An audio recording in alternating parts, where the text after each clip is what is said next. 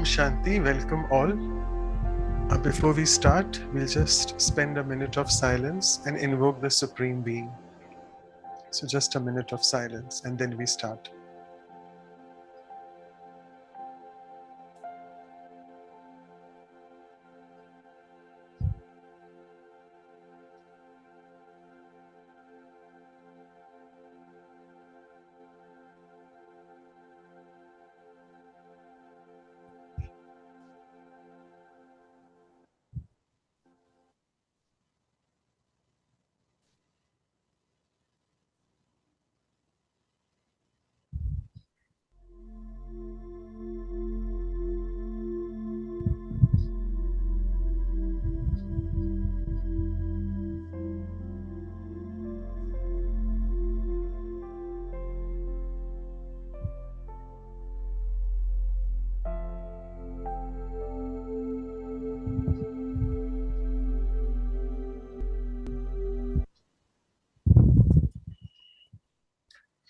So welcome all. Thank you for joining.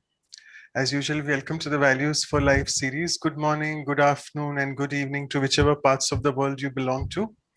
And before I set the ball rolling and introduce Sister Santosh Didi from Russia, I would just request Sister Harpreet from Vancouver, Canada, to please welcome Didi. So over to Harpreet, Sister.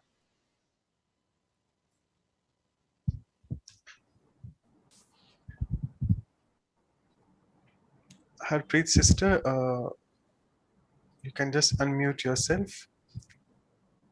Yeah.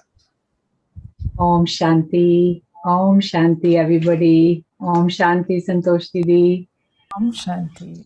Welcome to Vancouver. Behalf of Vancouver Center, all the brothers and sisters, and around the world, we want to present you this bouquet of roses. Yes. Thank you. Beautiful roses, white roses. Yeah. Yes, it's purity, symbol of your purity. And all the qualities you are the embodiment of is the knowledge and the wisdom you are about to share with us. We are so lucky to have you today. And I just quickly want to, in one line, want to share my experience. And the lucky one is every time I went to Madhuvan, got a chance to learn from you, sister. I have a real great experience when we have walked. You held my hand is when we were in Dadi Janki's, that park we were, I don't know if you remember 2 years back, had a great experience. Yeah. All that wisdom, all that knowledge you have shared, and the pure love. And you are the embodiment of that contentment. So from our hearts to yours, thank you so much for sharing your time and appreciation. Thank you. And I absolutely love the programs you do for the cultural programs. One of my favorite ones. Thank you, sister. Thank you. Thank you, you too. Thank you so much, Sister Harpreet. Beautiful flowers. Thank you. So now let me take this opportunity to introduce Santosh Didi. Actually, she doesn't need introduction, but it's my duty as an anchor to say a few words about her involvement with Brahma Kumaris. She's actually the director of the St. Petersburg Brahma Kumaris Center and also the joint regional coordinator of Brahma Kumaris services in those three regions, Russia, CIS, that is the Commonwealth of Independent States, and the Baltic region. And Santosh Didi, the best thing which I like about her, as Harpreet's sister also said, her name itself defines her value, that is contentment. When you look at her, you can see full of contentment all over the face. And she has had many awards. She's written quite a few books as well. Let me just take you back into the journey. She came into the knowledge when she was in Delhi. She graduated from the University of Delhi in March 1983 with a BSc honors degree in zoology. And after that, according to the Divine Drama plan, at the same time, she did a 3-year advanced diploma course in Russian language. Maybe it was just Baba's divine plan because she was supposed to move to Russia. Therefore, she had done that course. And then she dedicated her life right from 1983 onwards till 89. These 6 years she was serving in various parts of Delhi where she belonged to. And then in 1989, She was invited by the Russian Academy of Sciences to start the services and being a pioneer of the Brahma Kumaris as well in Russia, along with a few other seniors as well, along with Sister Chakradhari and Sister Sudha. And since then, she's been a part from 1990 onwards. She's instrumental in opening various centers in Russia, Baltic region, Georgia, and as I mentioned, CIS, the Commonwealth Independent States, including these four ones: Ukraine, Belarus, Armenia, and Azerbaijan. She really is one of the sought out speakers for all the programs. And a special feature which, excuse me, reminds me of here of St. Petersburg is we have a beautiful lighthouse and might house. I'm sure all of you have seen that many times on the YouTube channels. So it's very important that you all should know how this began. So it is one of this organization which they initially gathered a land of 1 acre in one of the best areas in St. Petersburg. And by 2000, a separate building was constructed in that area. It was named Lighthouse. That was the first campus. And then in 2014, the second phase of the building named Might House was inaugurated. And it's a beautiful, I mean, though we see virtually, I'm sure I want to go and see it sometime. It hosts a lot of things inside. There's a museum of spiritual knowledge. There is history of humanity. There's a beautiful art gallery, which we have in all our retreat centers. There's a diamond hall as well, a conference hall, course and seminar room similar to Madhuban Shantivan. And also the center is surrounded by Peace Park, which is a community recreation zone created by all the BKs there. And I think the most important point which I want to mention here is Santosh Didi is a highly experienced teacher. And she's got this multifaceted educational activities which she runs at St. Petersburg. That's what St. Petersburg is famous for. And she has given this special touch to all the programs which are related to social orientation at St. Petersburg.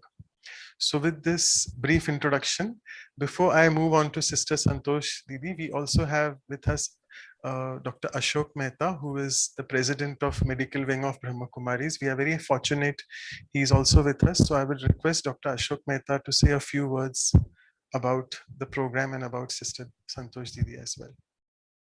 As you all, Om Shanti, welcome to Santosh Behan. Santosh Behan, as the name suggests, the embodiment of knowledge, contentment, her personality is reflected in her face, calm, smiling, and absolute content. She symbolizes renunciation, deep meditation, and of course, the service of the nth order. We have always been most impressed by the Russian artists whom she has trained, and they come and perform on the stage in Shantivan and Gyan Sarovar, and they appear like angels. They do the angelic dance, and this reflects the personality of the trainer, the teacher, and that is Santosh Ben. Santosh Ben, if anyone sees what is a classical Brahma Kumari, this is it. I think there's no words to describe her personality, and I'm sure that we're going to enjoy her exposition of the knowledge today. Om Shanti. Thank you. Thank you so much, Dr. Ashok Mehta, for your presence always. And before we move on, a few housekeeping instructions. We have 4 translations available: French, Russian, Spanish, and Hindi. And we will be making sure that the translators get enough of time to translate, so we'll be quite slow in our speech. The chat box will be open. You all can post your questions in the chat box either to me or the co-host, but we would request you all to do that after 8:45 so it doesn't disturb the speaker in between the questions. Just pop in otherwise. And we'll be taking all your questions. One more thing, we experienced it last time as well. If you have any questions in your regional language, please make sure you can post it in your regional language, but the translators are requested to please translate them back to English so that I can ask Sister Santosh those questions. So with this, without taking much of your time, Sister Santosh, over to you for the value of knowledge. Thank you. Om Shanti.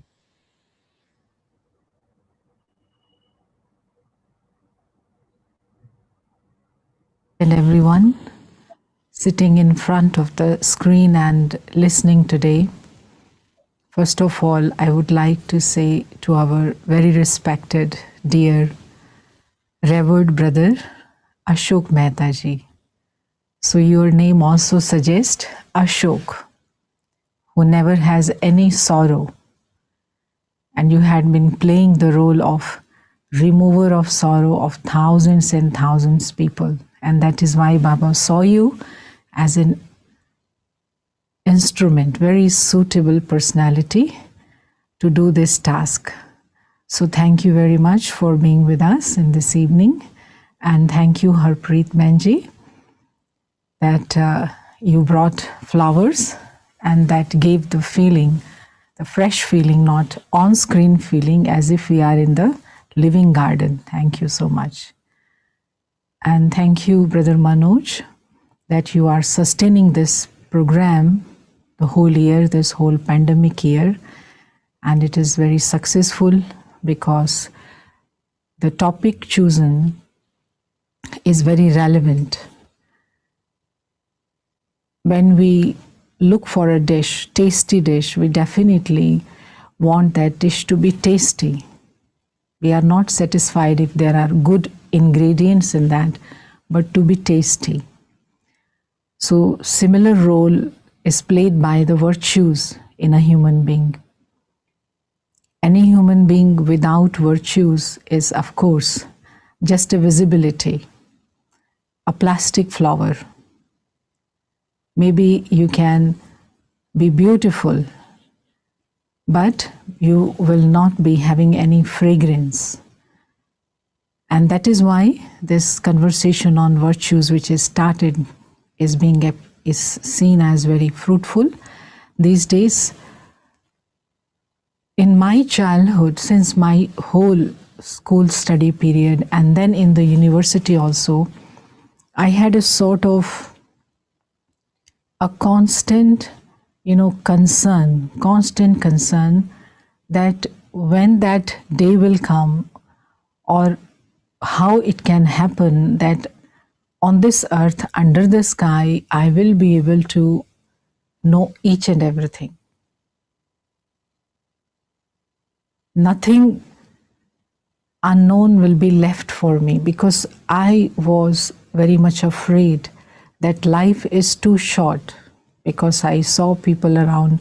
Someone died at the age of 80, someone died at the age of 70, 60, and I was in my 20s at the time. And I thought that how can it is possible to know everything? So this hunger inside was there, because whatever I see around me, I had a question. I will see different colored flowers. I will have a question. Who painted them? How this color red, and who arranged the petals? Because when we arrange something in our room, it is so difficult. You have to think of variety designs. So many variety flowers and fruits and vegetables. Who had put seeds inside these vegetables? How it is happening in the world? Everything I wanted to know. Of course, this was my child mind. And a stage came when I joined college, and I was a zoology student.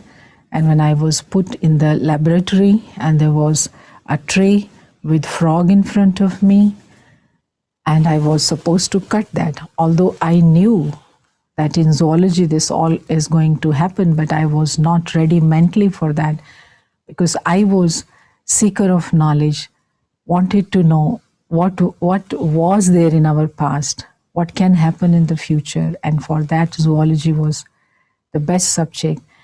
But when our professor told us to cut that frog, I just cried. I asked why I'm going to cut this frog today. He said that through this you are going to help the whole humanity, because by understanding through these creatures, through these animals, we are able to save human beings. So that was a very painful point in my life, which turned the whole thinking about knowledge. That are we so helpless creatures, human beings on this earth? Are we so helpless that we have to use animals to understand something in our body, and we need to cut them to heal our body or to find the solutions for our problem? No, no, no, no, I don't want this. This is not right. I don't want this. But anyhow, I was admitted.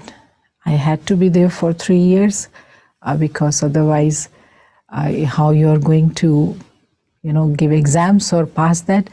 But I just did a silent agreement. Of course, it's not so right, but I did a silent agreement with one person who was very much keen to cut each and everything, that please, whatever I will have to do, you take that part, and I will request professor that theory part I will do very nicely, but I am not going to cut anything. So somehow I passed that time, and that gave birth to a deep desire to find out that there is a big list of ologies, studies, big list of ologies, oncology, cardiology, and different things which we are studying in the world. But in all these studies, whatever we are doing, still till today we are not able to remove the sorrow of the human beings. So foremost education and study for any human being is on the earth is to find out why there is pain and sorrow in my life, why human beings are so negative with their fellow beings, why families are breaking, and why we are not able to live the life which is 24 hours, life of peace and happiness, 7 days peace and happiness, 12 months peace and happiness, 365 days peace and happiness. So these things started coming, that the knowledge should be such. I don't need now the knowledge connected to knowing about this body more and more. So lucky period of the life was when I visited Mount Abu and had a time to be there, to spend 1 week there, when I came to realize the biggest truth about myself. And that's what I say, knowledge. Knowledge about the difference between I and mine. Because before that, I know that I myself and most of us had been thinking, all of us had been thinking about this body as one entity. I never had thought that what I see in the mirror is not one, but it is two. And when I say mine, which is going to finish someday, sooner or later, and when it is going to finish, it is mortal, it is temporary. It means everything connected to this body is temporary. And this, when I just heard a little bit about that, I felt there is some depth in that, and I should be able to know about that through these teachers or through whatever education they are giving in Brahma Kumaris. But I didn't stay there for a long time, so I took all the books and went into the depth of this aspect, which I today realize as the knowledge with capital K. Because source of our information about the world around us are just 5 senses. Most of the information we just get through touch, through hearing, through seeing, through smelling. And we know that all these information which we have vary from one person to another person. Sometimes the music which I listen For me, it's very good music, but for other person may not be so interesting. I eat something, it's very tasty thing for me, but for other person it will be very boring. So this information is not a definite information, it changes. So this cannot be final truth or the final information about me.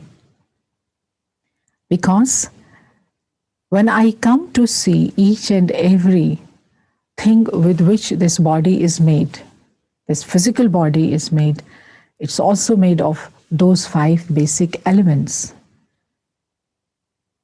And how it is made, how everything on the earth, physical earth is made. If we just look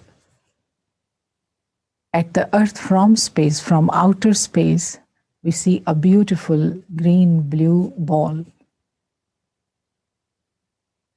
And when we come down to earth, we land on earth, we see here thousands, hundreds, thousands of variety of things, but all these things have been created by using 5 elements. Each and everything is created by us using 5 elements. But who created 5 elements? This question is very natural, because if you give me 5 liters of milk, and you give me kitchen, and you give me gas, oven, and say, sister, cook a very good dish with this. You gave me 5 liters of milk, 10 liters of milk. I'm just making dish. So who is to be praised? Without milk, I cannot cook any good sweet. Without kitchen, I cannot cook. Without gas, I cannot cook. So 5 elements are there. Earth is there, water is there, fire is there, space is there. And using all these things, we are creating some tools, technology, appliances, utilities. But without these, so question comes, who is to be praised on this earth, on this physical earth? We or these already existing resources?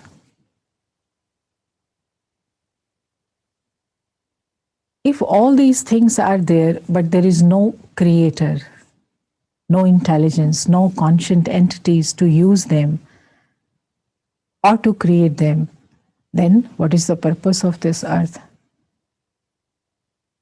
So when we look at the creation with this vision, we come to conclude, we come to infer that there are only 2 entities on this earth, in this world, only 2 entities. There is no third entity.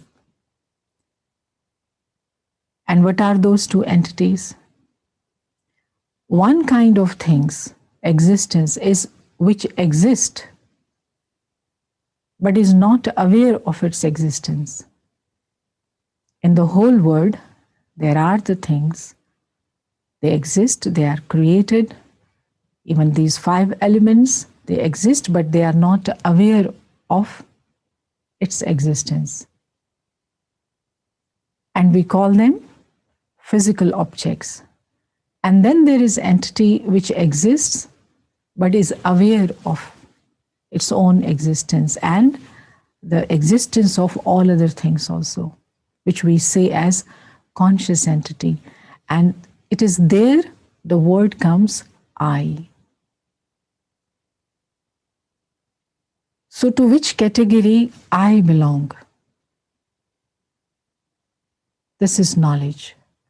Answer to this question is knowledge. If I don't know that on this earth, in this world, who am I? Am I an object? Am I a body which will once finish, die? Am I a male or female? Am I a Russian, American, Indian, Spanish, French? Who am I? And what is final truth about me?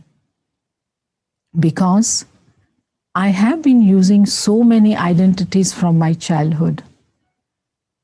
Sometime I was daughter of so-and-so, sometime I was mother of so-and-so, sometime I was sister of so-and-so, sometime I was wife of so-and-so.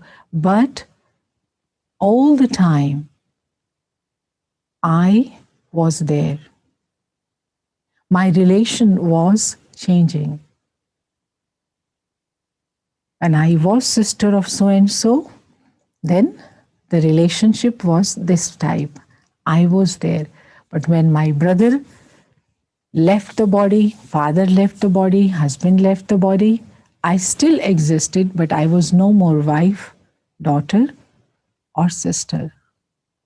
So that I is permanent. So who am I? This temporary body or permanent I? So answer to this question is knowledge. Another thing, that when we see the body and different parts of the body, physical parts of the body, they are put in a very beautiful, particular design, position. There is a particular position of eyes, ears. They are not 3 ears, 2 ears, 2 eyes, 1 mouth, hands. Everything is very sophisticated. Who decided this? That eyes have to be there.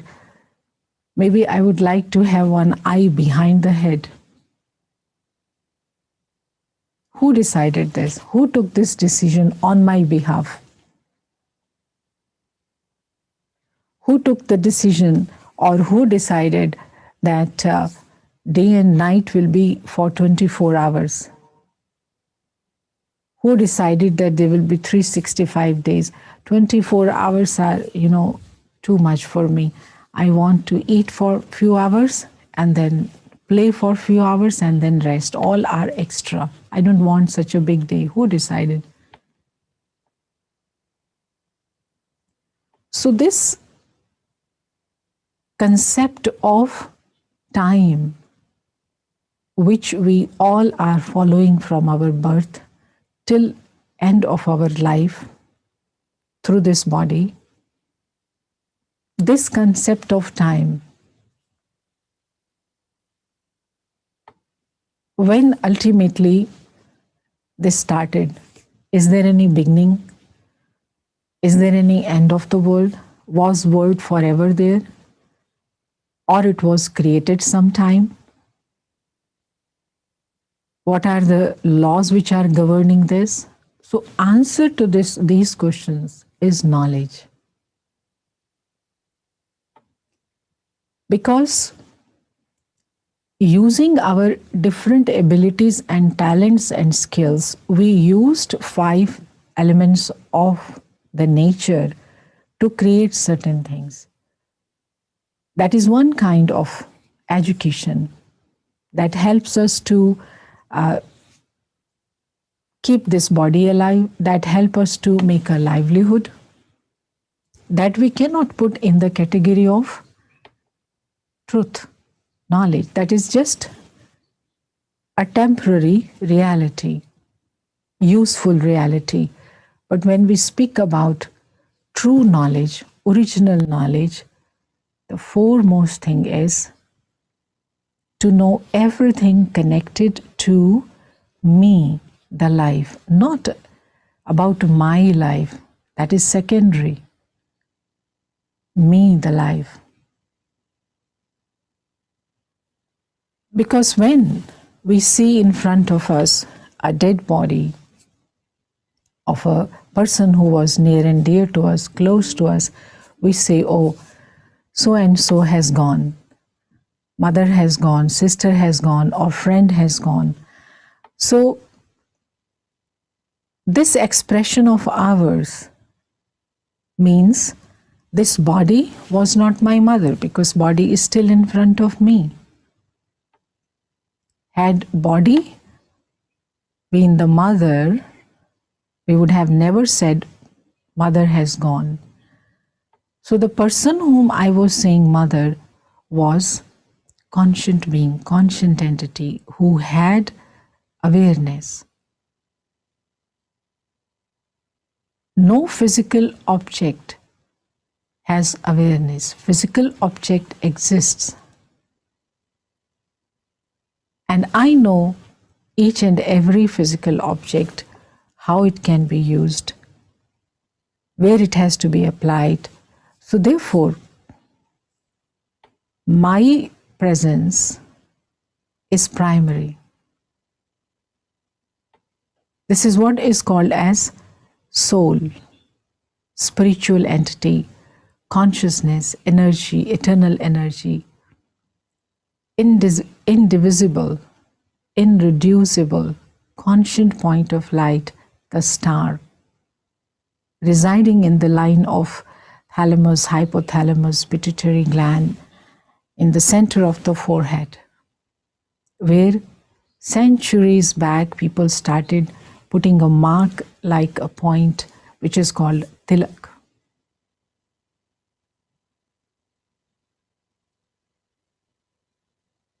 And whole life we had been talking and meeting to the people. Nobody trained us. Nobody told us, okay, when you are talking to that person, you have to see here. This we do automatically. We don't look at the feet of the person or the body when we see at the face. And from the face also, we feel another person through eyes. How? Because in our subconscious mind, we had this experience, memory, that the one with whom I am talking is somewhere behind the eyes. And through eyes, we feel what the person is vibrating, what the person is giving, the feeling, the qualities, the virtues. So I am a being in this human body, and this body is like a car or a chariot, which I drive. Each and every my thought influences each and every cell of the body. It's like chair also on which I am sitting. No chair breaks on its own. Only when some human being sits, uses it, it may break ultimately after being used for a long time.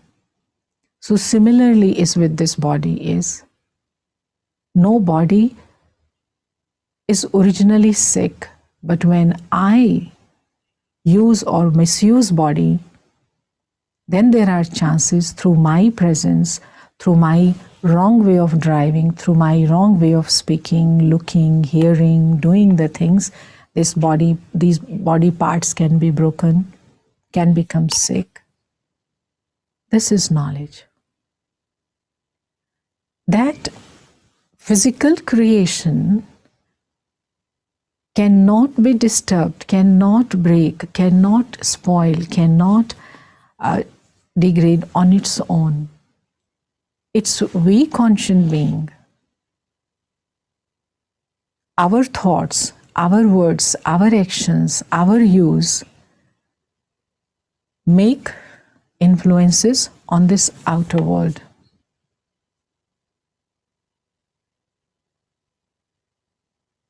So at whatever stage this present world is, ugly,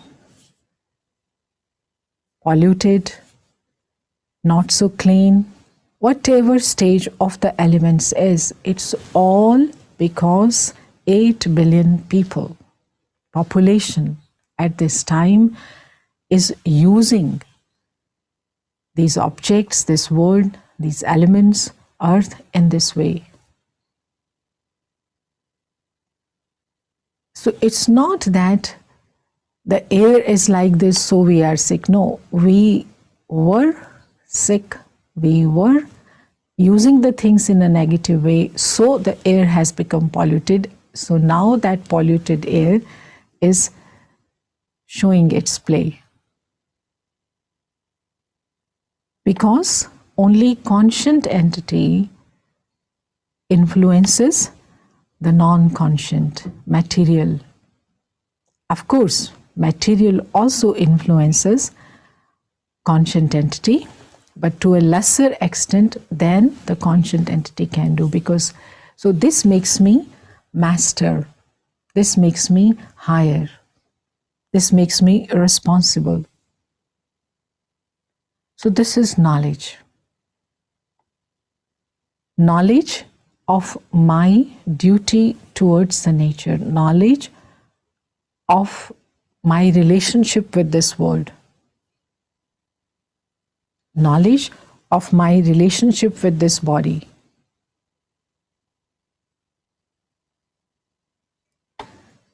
It's not that I'm free to do anything with this body, no. Each and everyone on this earth, every human being is a conscient being in this physical body. So question comes, why we are in this body? Why I have received this body? Is it all by chance? Or is it like that millions of other animals are there, so we are also animals? If it's like that, then why we have made our life so sophisticated? We wear dresses, we make beautiful homes, we make variety kinds of 1,000 kinds of dishes in a sophisticated way. So certainly we are not like animals. Although by our behavior, by seeing behavior of people, sometimes you are reminded of some animal.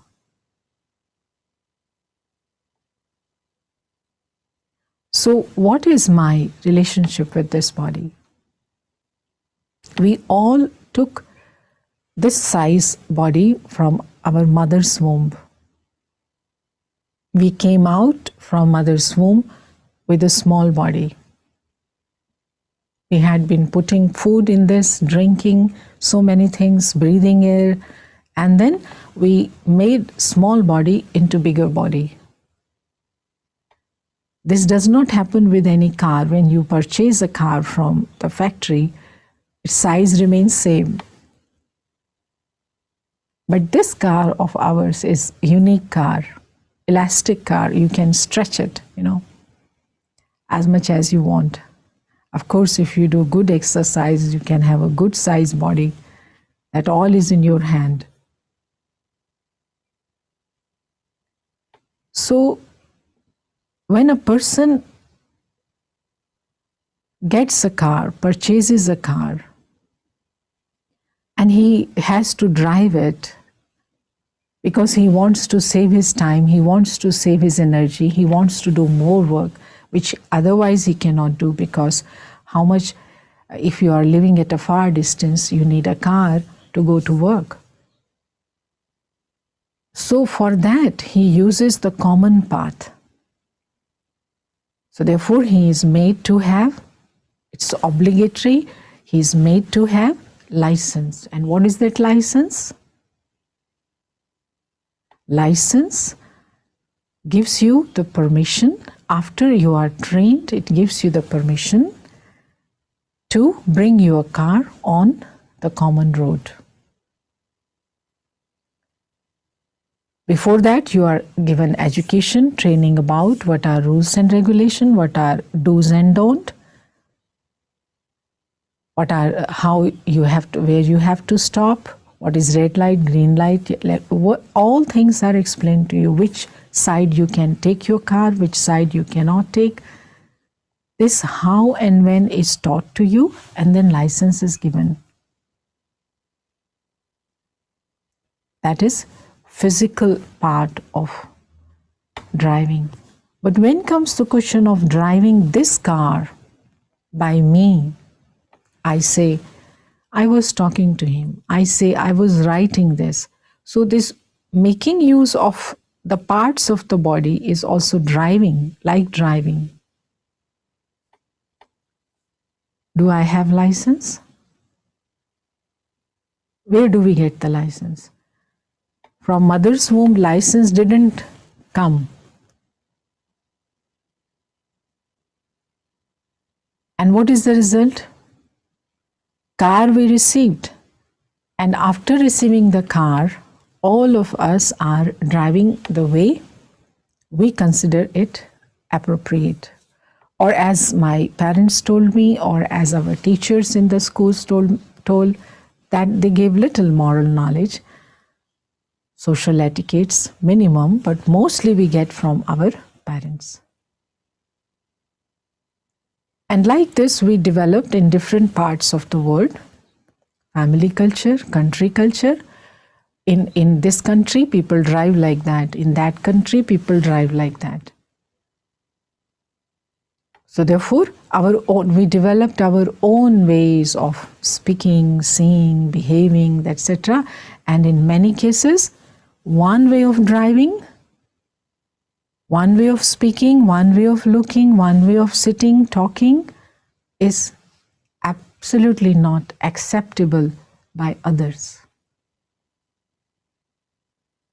So that has given rise to differences, disharmony, dislike, hate, distance, polarization, yours, ours, nationalism. We are not able to tolerate intolerance. So this has not happened in one day, but centuries long, ages long consciousness of the self as just this physical car has made us to adhere to these different ways of driving.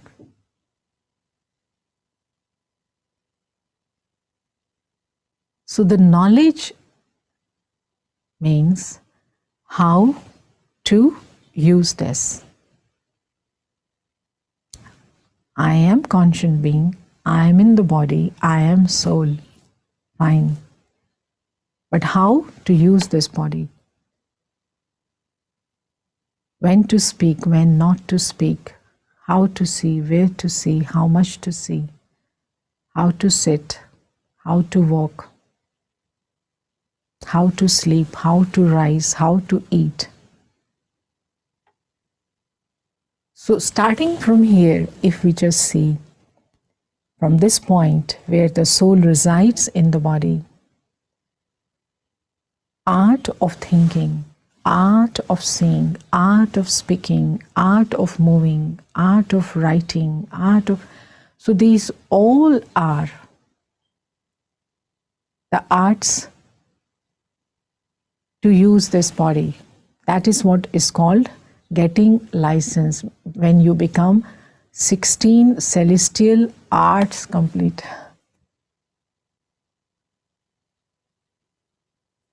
So there are 16 kinds of actions which you do through the body.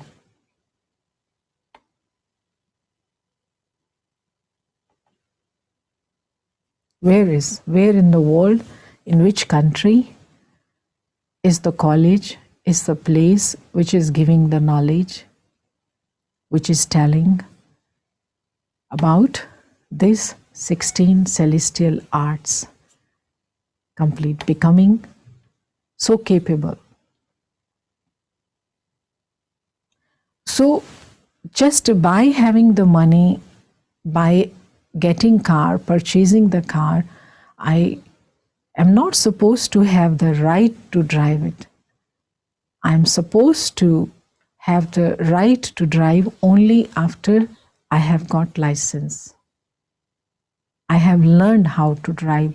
I have assimilated in a proper way, in my understanding, through practice, all the rules and regulations. But we say, oh, because I'm here, I have the freedom. Oh, I have freedom. We all citizens have freedom to talk whatever we want.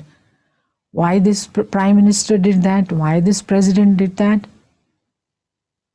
I have the right to complain. I have the right to defame. I have the right. Freedom.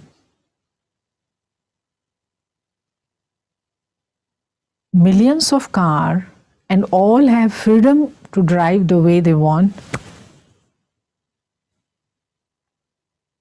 What will be there?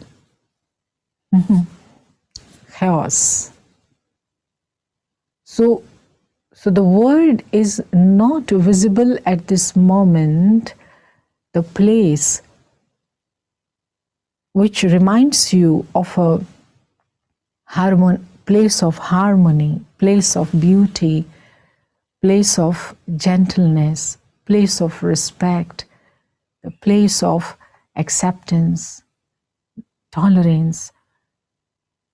These virtues, which in fact are the part of our original nature, because all of us, at least all these sitting today, they know it, they believe it, because we always want such kind of behavior from others. We always want harmony around us. Whenever we are 5-6 persons, we don't want disharmony. We want respect from each and every one. We want to be loved. We want to be accepted. We want, if we do something wrong, people should be able to forgive us. So we believe in all these virtues because they are part of me. They are part of our nature, original nature. So to realize this, to know this, is knowledge, is enlightenment.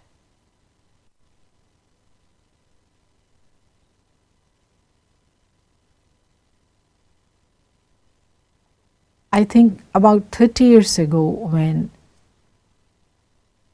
I started some of the courses, of course basically connected to Raj Yoga knowledge in Russia, in Petersburg and in many other cities of Russia, one of the things which I observed at that time, of course it was 1990, 30 years ago, 1990, so that there are big masses, people are listening, 500, 600, people are sitting, listening with love, and they really want to absorb each and every word, whatever you are saying.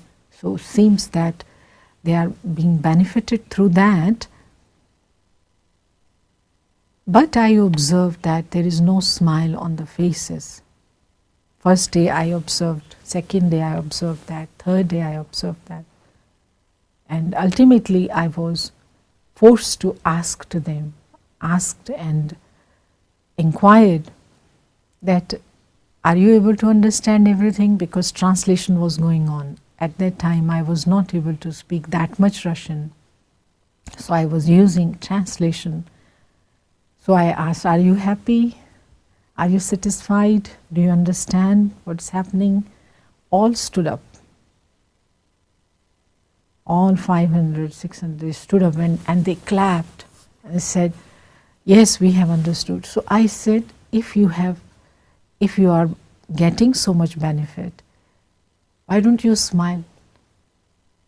Because I could have understood easily through smile that you are grasping what I'm saying, but you were not smiling all these 3 days, so I had to ask this. So one person stood up like representative from all. He said that I am not smiling, we are not smiling because we have 2 questions. I said, what? Because I am giving you knowledge, whatever question you have you can ask. Why you are not asking? They said, one question is, why you are smiling all the time? We are smiling. Why you are smiling all the time? And second thing is, we are not smiling because we are thinking what you want from us. What is your motive behind coming all these 3 days to 2 hours, talking, and that too free of charge, and all 3 days you were bringing some sweets? So we are thinking, we are concerned about what is your motive. One is that you are doing all this smiling, and another is free of charge. So I said, oh, why you think that I need to have some motive behind this for giving it free of charge? Then again they replied.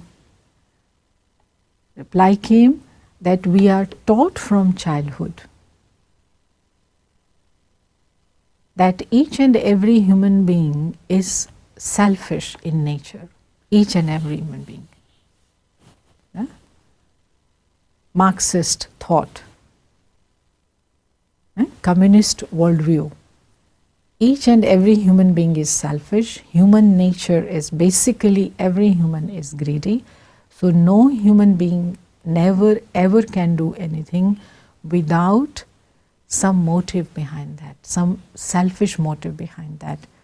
So it is natural for us because we had been taught this from childhood. So it is very natural, this way of thinking, belief that there is something which is not visible, which is not known, but there must be something. Then I said, so that was the time when I could really clearly see that knowledge about human being, about the nature of human being, what you know about the nature of human being creates your vision, creates your belief about the society, about the people in the world, about how you will relate to other people. So then I revealed this part, this knowledge, that our original nature, each and every human being, because you are not Russians, Americans, we are not Indians, Australians, but these are our very temporary physical identities, not permanent identities. Truth about us, the knowledge about us, is that we all have original divine potential ready to emerge. Even now, although it has gone very deep like under the ocean, but it's ready to emerge if we just become again conscious of this true identity, that I am a spiritual being, I am a soul. Then this thought that I am a soul different from this body, this experience will become like a keyboard using which I will be able to access or have in front of the screen of mind all these experiences of love, peace, trust for other human beings, because they are also human beings, human souls. I am also soul. And at the same time, I will be able to then exchange these qualities. I will be in that experience, but I will be able to exchange these qualities with others too, in my actions, in my words, in my vision. Of course, then things changed. More and more people started understanding it and accepting it. So knowledge of the self, nature of the self, original nature of the self, is something which can totally change the picture of the whole world. It can really become the method. It can, on this basis, strategies can be developed to remove all the problems which are shown on the board of United Nations. all problems of humanity, because the root goes in ignorance about this knowledge.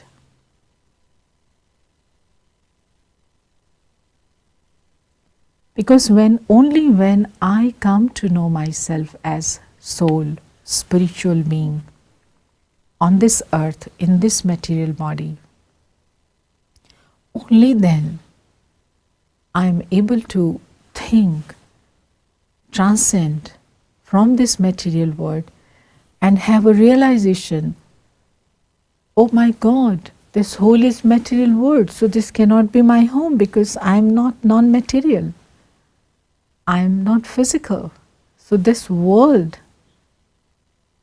of 5 elements cannot be my permanent place. So where is my permanent place?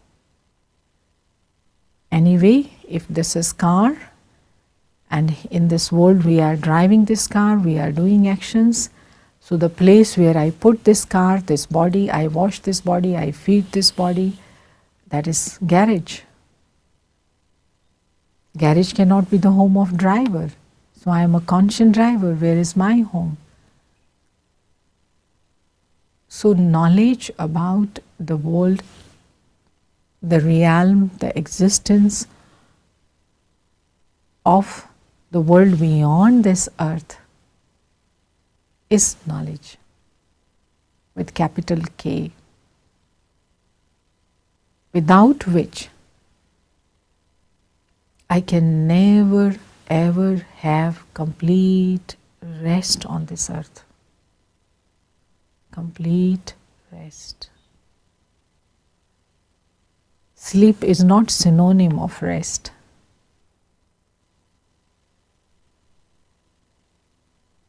If you are sitting in the car, but you just keep the key on, there is grr, grr, that noise, you remember that noise when you drive the car. You are not driving, but your key is on, car is on, engine is on. This is not the resting stage for the driver. He has to switch off the engine in order to be completely at rest, and he has to come out of the car. So knowledge of that my home is beyond this earth and I have come from there, and to be able to experience that home, that space, is what creates a sense of unity amongst the humanity. Without knowing that realm from where we all spiritual beings have come, there can never ever be unity in the world, because there is no substance on the basis of which unity can be created. Our all identities which we use, which we know, are based on differences. Nationalities, caste, colors, professions, economic status, social status, different. Only beyond the body, separate from the body, with the awareness of our real home, experience of that home, and home, not just home, but Father of all souls, Supreme Soul, Supreme Source of energy.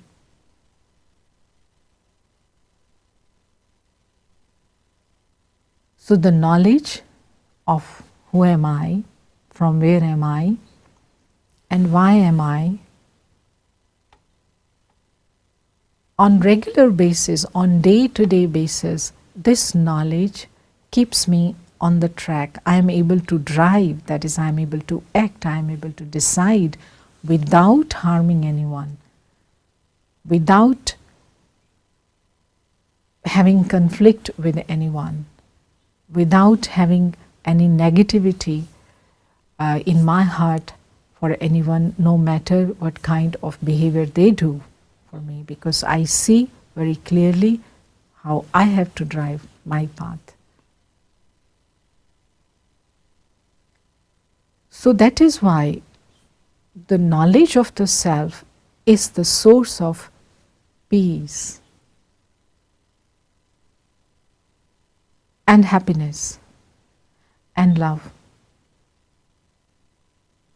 Because when I am aware of all the differences dividing the things which divide, I cannot experience lasting love for each and every one. But when I am able to see the self as something which is unchangeable, indestructible, ever rich, ever pure, originally pure and divine, only then I feel secure. Because with everything physical, things reduce. I am aging, my body is aging, money is being used, my friends and relatives number is also, because someone is dying, someone is leaving.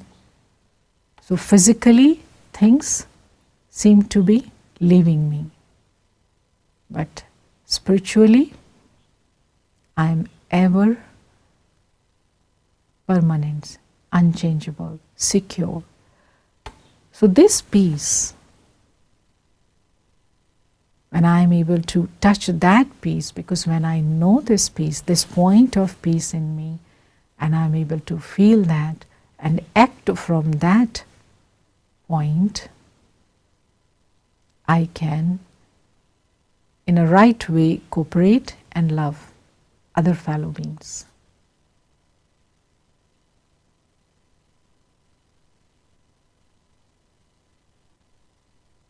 So, dear brothers and sisters, it's not just a question of, one or two persons saying about this or talking about it, but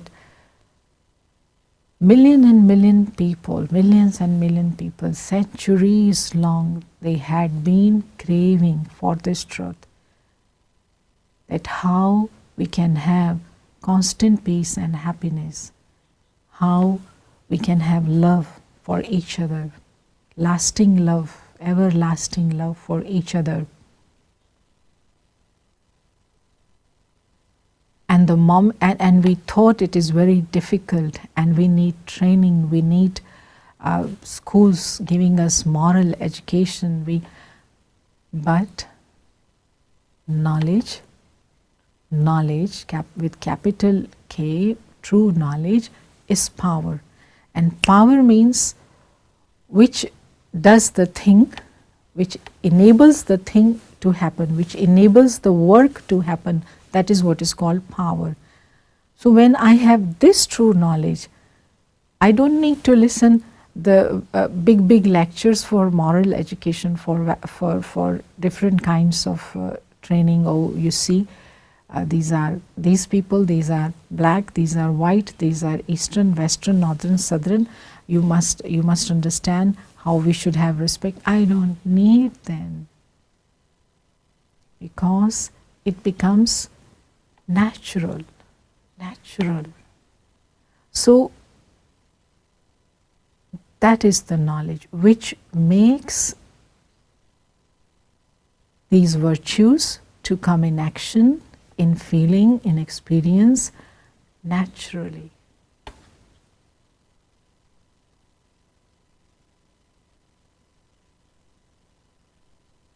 And what is natural is easy to do always, constantly.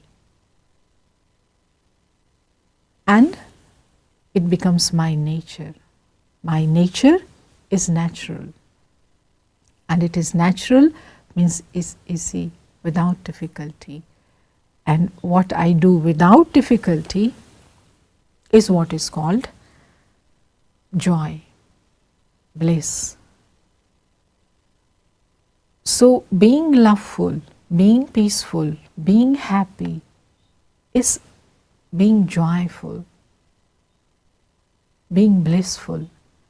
And these all things together are our right, human right, experiencing these things is, but question comes, how many human beings on this earth are able to feel these qualities constantly? So, answer to this question automatically say us, certainly, if we are not able to feel these things, even to some percentage, it means we lack this knowledge, this piece of knowledge, that I am a point, I am a light, I am immortal, I am permanent. Each and every human being is a soul, my brother's soul, and we are all from original home, and that home is the home of light, peace.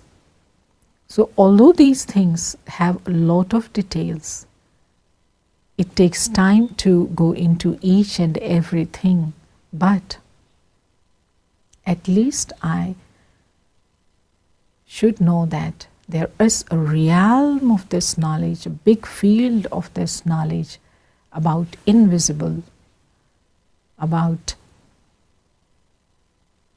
metaphysical, which cannot be perceived through these five senses, because we had been thinking only things which can be perceived with these five senses are the reality, are truth. Rest all does not exist, or is just myth or fake. No, no, no, no, no, no, no. When you offer someone a cup of tea with love, other person is able to see cup, other person is able to see tea, but other person is not able to see love. Still you affirm that I have made it with love. Although you know you had put only milk and sugar in that, or tea and water in that, but still you say you have made it with love. So ingredient of love, from where it is. So this is invisible, but it exists because we feel that and we say thanks for that love. We don't say, I don't see love, so I don't believe that you have made it with love. How he would bring a cup of tea without love. You see? So this is, I can say with my own experience, when I am using all these things, I don't need to know much about other person. When I meet to anyone in any part of the world, that also I consider as a big gift of knowledge, power. Knowledge is power. Knowledge is weapon. Which knowledge is weapon? These days in India they will start worshipping of goddesses, and all these goddesses are shown different weapons. So in fact, knowledge about the self helps me to cut, to remove all unnecessary thoughts and interests in useless things about other people's life. Previously, before knowing the self, of course, when I see some person, I will see, okay, from where this person has borrowed this shirt or pant or this bag or computer, from where this person has these spectacles, from where this bag, what is the income of this person. So these unnecessary things, now these becomes unnecessary things for me, because now I know the one who is listening me is here, is not this body. So the moment I meet someone, I know this is my brother's soul. This is the child of Supreme Power, Supreme Father, Supreme Soul. So it means only once you know about yourself as soul, you can open the path to talk about God. Without that topic of God, talking about Supreme Soul would be allergic for you. You will always find the ways to, go across, pass by. Why? Because there are people who are like now spiritual atheists. They believe in soul, they talk about soul, they are very happy to talk about moral values, ethical values, different sorts of things, but they are reluctant to start talking about Supreme Soul, the one who is higher to all souls. So that knowledge of the self is breakthrough, which take me close to the knowledge of Supreme Soul. This is a wonderful thing to know. Only when you clearly know this, that you are a soul, you experience that, then you have thirst to experience Supreme Soul. How and why? Just commenting little bit on that. I will stop because I don't know, I can't see the time.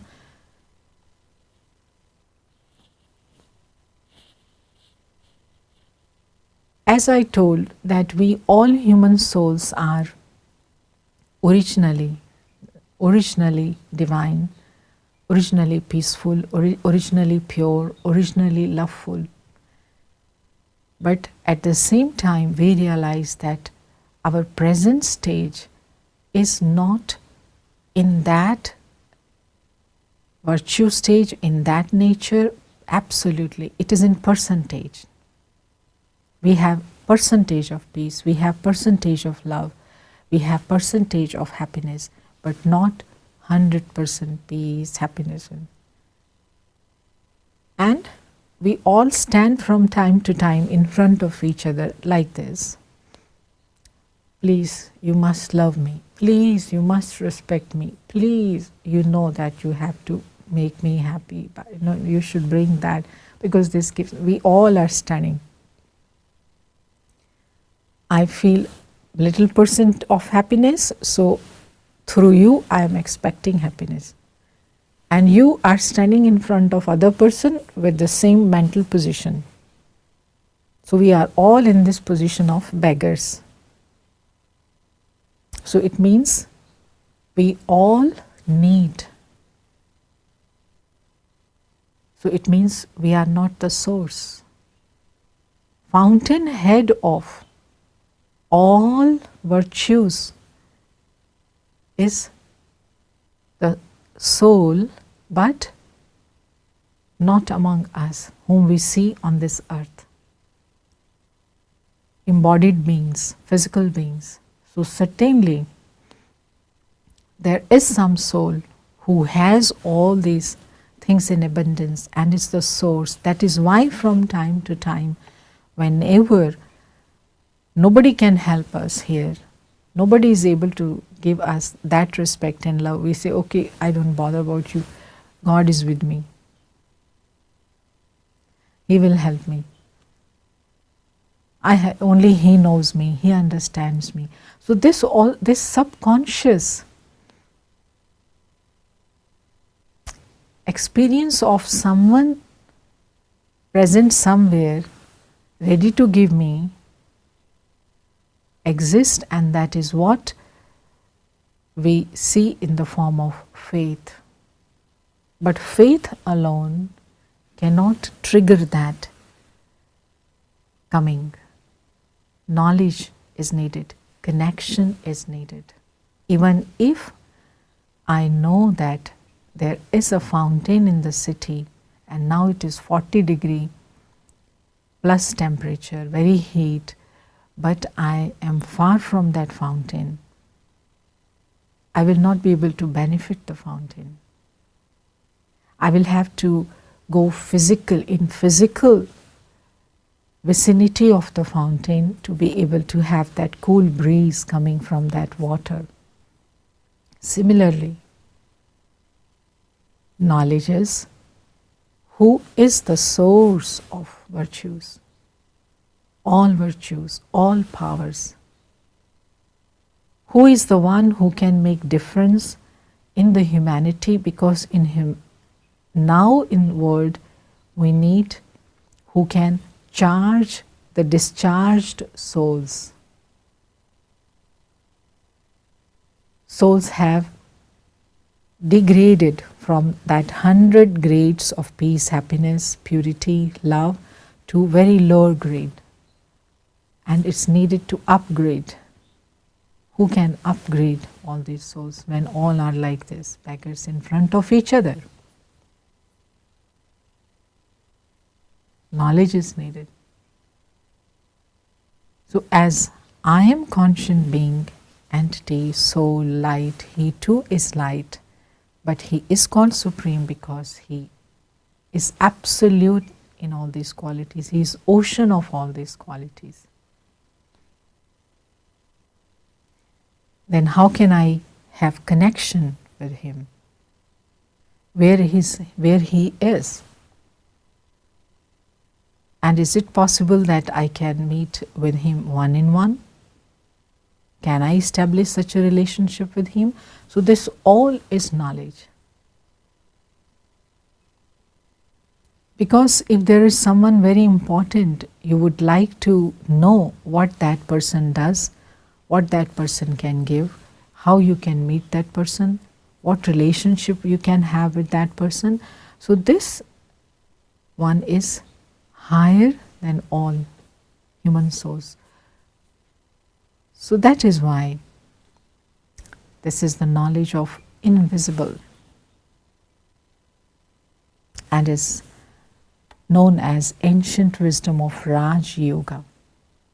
Knowing the self, knowing the Supreme Soul, knowing how to connect, how to be able to sit with him, how to be able to drive this physical car, this physical body, to have 16 celestial art complete actions so that I can have the license, that is the degree of a perfect human being. You see? Okay. Thank you so much, Sister Santosh. I just never looked at the time at all. I was just thinking, let it go on and on. It's amazing, like it's a very deep topic, but you really explained it so simplistically and your examples were fabulous. I'll just take one or two questions because we have already run out of time. A beautiful question someone is asking about knowledge and experience. The question is, we say that knowledge with experience is called wisdom. Knowledge with experience is called wisdom. So she's asking that the tricky thing is, first, should I take experience and then get knowledge, or first should I take knowledge and then get experience? So how can I be a wise person, whether knowledge comes first or experience comes first? Yeah, very good answer. And I knew that, a very good question. I knew that somebody can ask this question because I myself used to think in the same way. For certain things, you experience first and then you get interested in knowledge about them. I again give you the example of sweets. No, there is a sweet in India, gulab jamun, and there is a sweet in Russia which is called as manik. No, whatever it's called, manik. It's very good. So once you are given manik or you are given gulab jamun to eat, you never knew what is gulab jamun, but you are given that and you taste that, and only after say, oh, tell me the recipe, and then you get the recipe and then you learn it, practice it, use it and share it with others. So it is your wisdom now. But there are certain things which we come to know first and then we experience. So when I speak about the knowledge of the self, in this case, having the knowledge, complete knowledge as theory, clear theory first, helps a lot to have the experience. But at the same time, it's also true that when a person who is in that stage of consciousness, which is called soul consciousness, pure consciousness, loveful consciousness, powerful consciousness, then the energy around that person also is able to take you away from different physical boundaries. And when you are able to transcend for some time because of the energy or the presence of that person, from that body conscious experience, you can automatically go into the experience of peace, love. So such people are called gurus, enlightened people. So that is also true. But for firm experience, for deep experience which will last forever, complete knowledge, clear knowledge, theory is required, which using then you can translate it into your wisdom.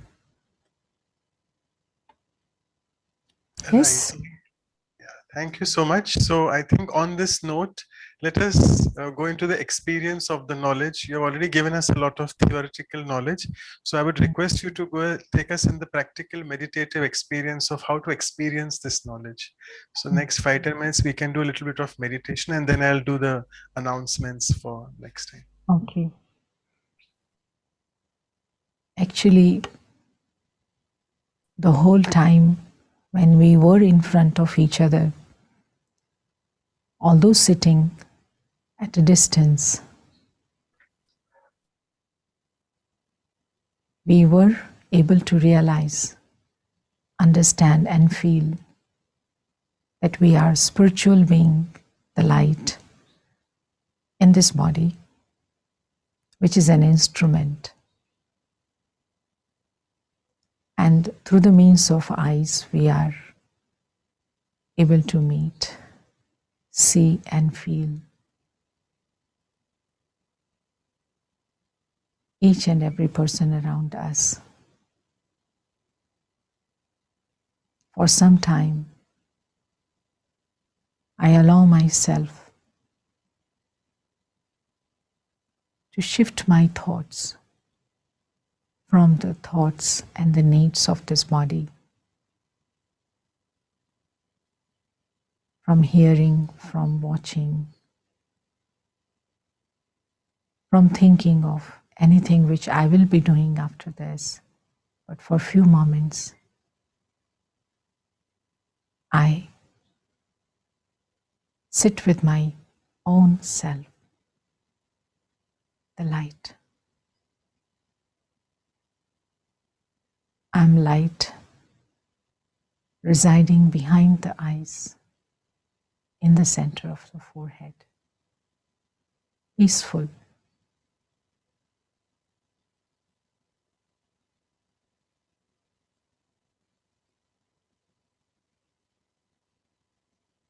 I'm able to feel this body as my dress, which I am wearing, through which I do different parts, actions. But at this moment, I am at rest,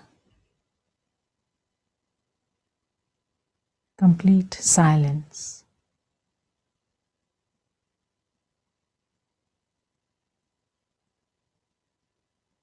I'm able to feel my own thoughts.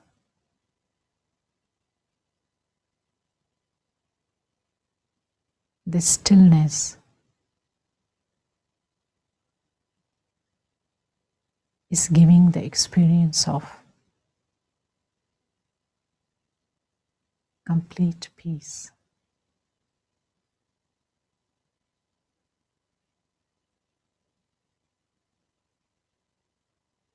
This is empowering me. I feel clear vision.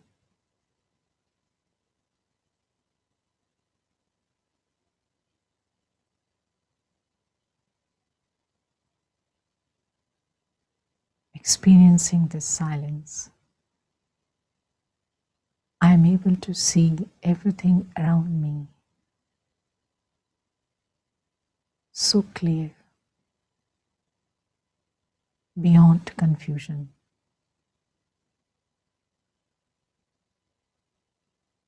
Beyond chaos.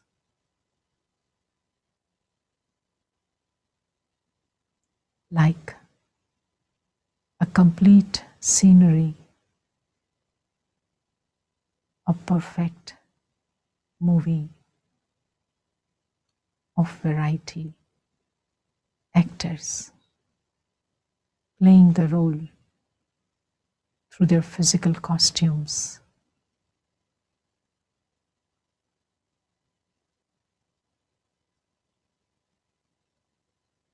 And I am here to play my role of giving peace, happiness, love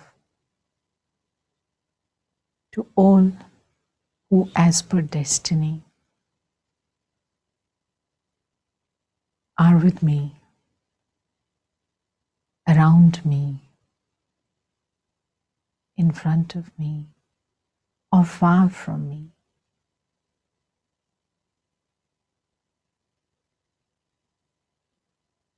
I'm a traveler on this earth. I have come from the world beyond,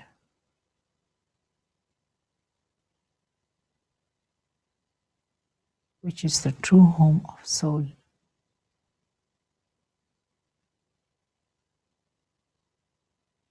Which is the true home of the Supreme Soul, Supreme Father.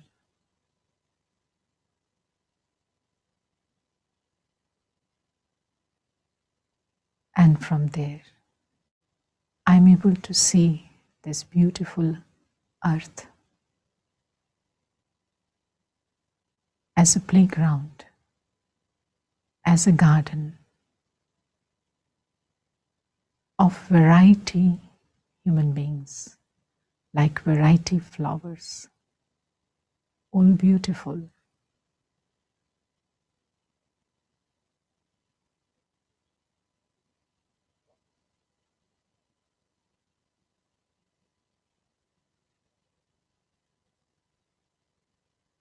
Experiencing this. Now I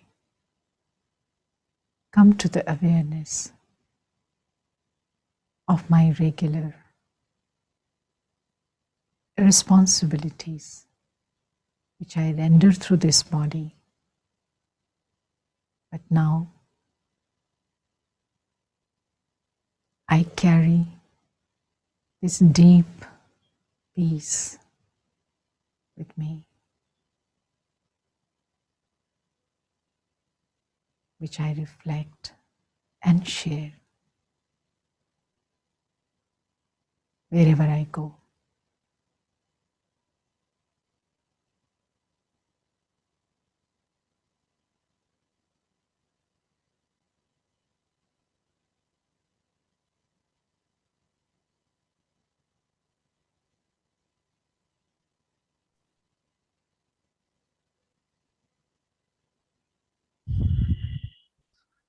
Thank you, Didi, so much for this amazing experience of deep peace and going in the depth of who am I. Thank you so much. I'll just take another few minutes and make a couple of announcements. Uh, So as all of you are aware that after the Value for Life episode, we then do the experiential exercises in the mini workshop, which will be there on value. And we'll be having with her sister Gopi again from London. We'll be doing it next Sunday, almost a 2-hour workshop, 10 o'clock morning to 12 noon. That's actually 12 p.m. Sorry for that. And the Canadian West Coast time will be one day prior, 9:30 to 11:30 p.m. And continuing our Values for Life series, we have the next episode 11 on the value of gratitude by Sister Shivani. We had one with her determination before Santosh Didi. We'll be emailing you and WhatsApping you the details as well. And this is our group photo, which I supposed to was taken, but it just came on the screen. And with all this, let me just thank immensely Santosh Didi. It is just 1.5 hours, but we are glued to our screens because of you. It's amazing, and we are really thankful for you to give your time because you were busy traveling. We were not able to catch you last weekend, but immensely once again, thanks to Baba. And you also touched upon a very beautiful thing. Today's slogan was about 16 celestial degrees, as you rightly mentioned, that every act which we do should become like a glorification of that, so that it becomes a degree, it becomes a talent in which much way so that is again, knowledge is basically which will help us in doing that. So thank you once again, and thank you all of you all. And I would now request Anu sister from Vancouver to propose the last vote of thanks. Anu sister, over to you. Yeah, we can't hear you, sister. So, Yeah. okay. Hello. Yeah, now it's fine. Now it's fine. Yeah. You can hear me now? Yes, Yeah. can hear you still. So let me say goodbye to Dr. Ashok Mehta also. Good night and goodbye, because I was expecting him to be here, but he is there. So wishing you health, happiness. Okay, yes, ready. Please speak, Bikianu. Really, on behalf of Sister Claudia, who is the Center Coordinator of Vancouver Brahma Kumaris Center, for some unavoidable circumstances, she cannot be here today.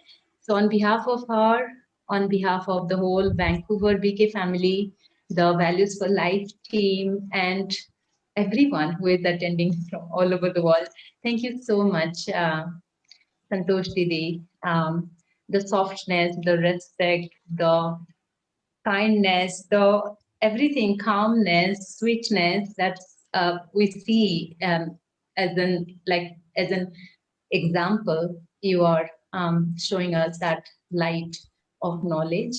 So we are all taking so much with us today.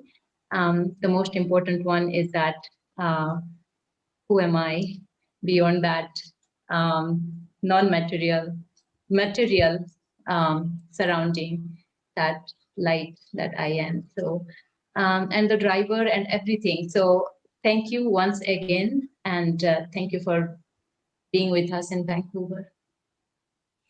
Okay. Thank you. It was a pleasure.